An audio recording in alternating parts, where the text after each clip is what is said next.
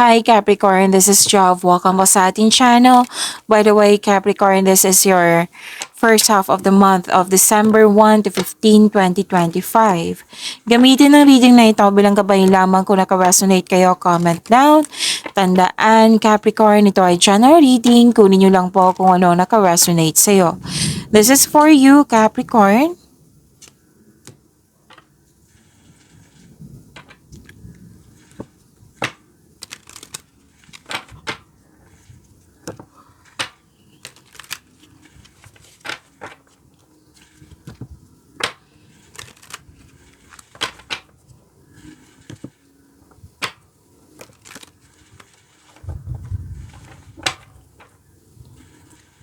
Para po ito sa iyo, Capricorn.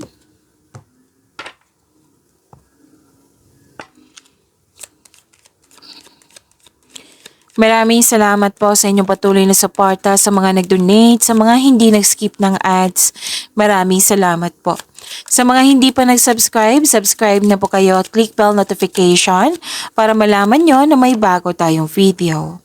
Para sa mga gustong magpa-reading po, comment po kayo ng personal reading. Again, comment kayo ng personal reading and check my reply sa comment section.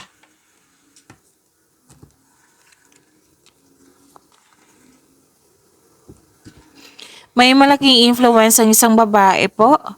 Pwedeng ikaw to, pwedeng siya. May bigla ang pagbabago. Pero huwag kayong mag-alala sa pagbabago na ito kasi sinabi dito na makakatulong to sa inyong growth and expansion. Nakikita ko rin dito na may asikasuhin kayo sa malaking building.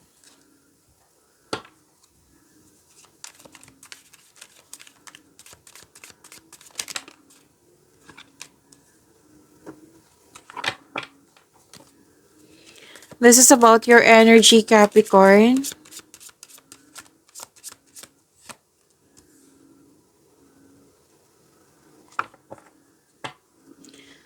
Para sa mga bago dito, kung may napansin ka na repeating message, yan po yung pinupush ng card sa inyo. Like for example, nanood ka sa isang video reading nyo sa monthly, weekly, daily at dito din sa first half of the month of December at may napansin ka na repeating message.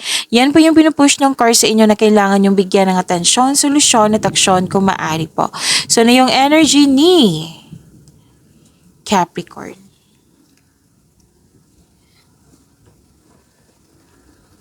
Emotional offerings. Okay. May ligawan or may nagustuhan na liligawan mo. Tapos, kung bagong tao ito, whether sa, kasi energy to pwedeng sa love and romance, pwedeng sa career and money. Basta may sinasabi ang taong ito, may ino-offer po siya. So sabi ng card dito, kilalanin ng mabuti, alamin ng mabuti. So dalawa yung assignment mo, kilalanin, alamin ng mabuti. Kasi may sinasabi yung tao, kilalanin mo yung tao, tapos may sinasabi siya, alamin mo ng mabuti. Okay?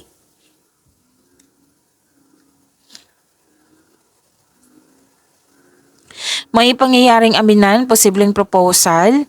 So, yung offer, new opportunity, project na magiging excited ka. Tapos, may support din dito na pwedeng pagtaas ng posisyon or sweldo. And may araw na magiging stagnant po, pero wag kayo mag-alala. Kasi what I meant is, kung feeling mo stagnant ka, kasi may araw na may nagkaroon ng stagnation, like nahinto ka. Okay? So, isipin niyo po yung inspiration niyo sa buhay para ma-enjoy mo yung mga ginagawa mo dyan. And good news is on the way. Oo.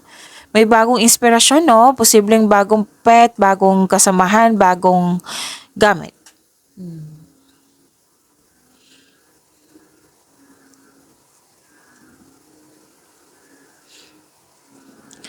Okay. Kasi may nakita ko ditong loss of connection, loss of things, or loss of opportunity. Dalawang card dito din. Pwedeng nangyari na to sa nakaraan. Nabitbit mo hanggang ngayon. So sabi ng card dito, na don't worry, after nito, may new direction po. Yes, magkakaroon din ng hope and healing. May matutunan ka din sa mga nangyari po. Sabi ng iyong card.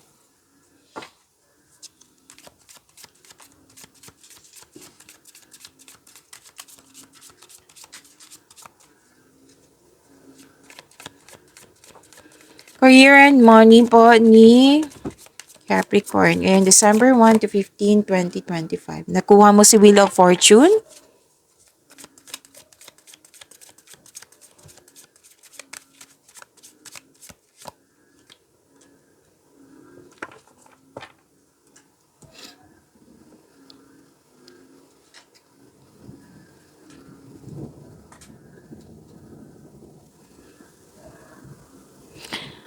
Okay.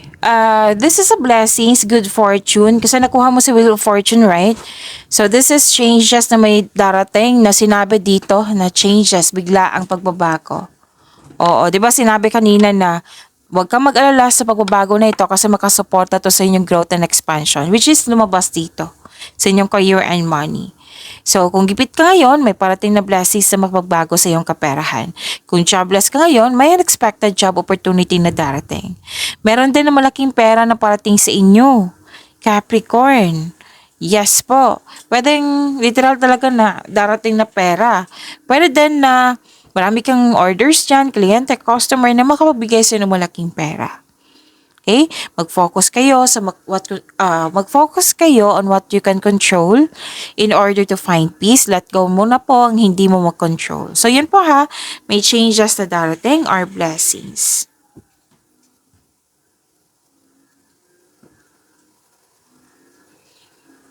So, please expect po ngayong first half of the month of December na magiging busy kayo.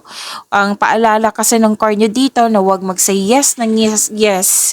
Huwag mag-say yes ng yes kung hindi naman akma sa inyong schedule para maiwasan mo itong nakikita kong burnout. Sa sobrang dami ng gawain. Sa super busy po. So, ask for help para hindi mo dala lahat yung gawain. Kung hindi pa ito nangyari, time management. Okay? Pero nakikita ko naman po na matatapos mo rin ito ng maayos. Kaya habang ginagawa mo itong mga trabaho na ito, nag-iisip ka ng bakasyon, nag-iisip ka na mag-rest day.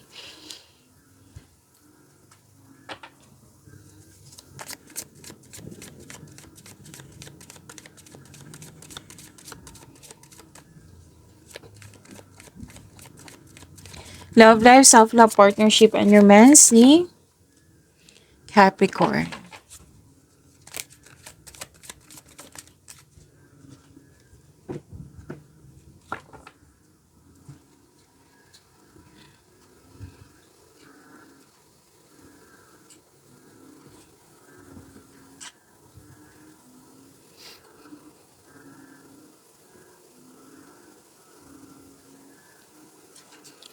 Satisfaction and abundance.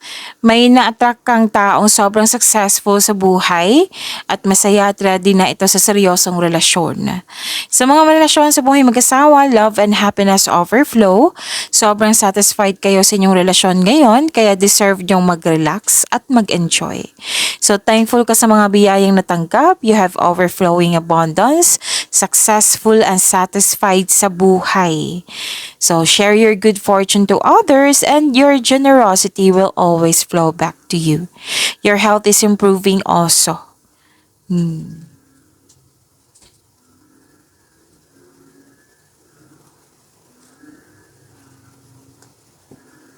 Sa mga single, may attraction dito or pwede din magaan ang loob mo sa kanya. Marami kang natutunan sa kanya or pwede din tinuturuan mo siya.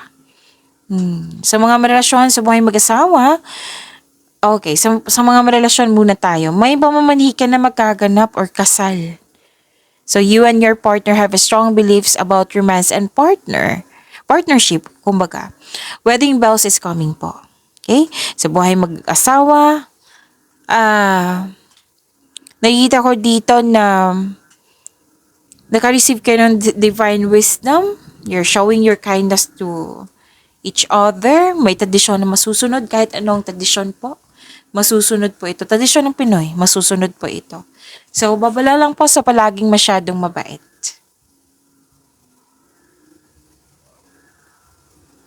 So, may nakita kong buntes, mabubuntes, fertility.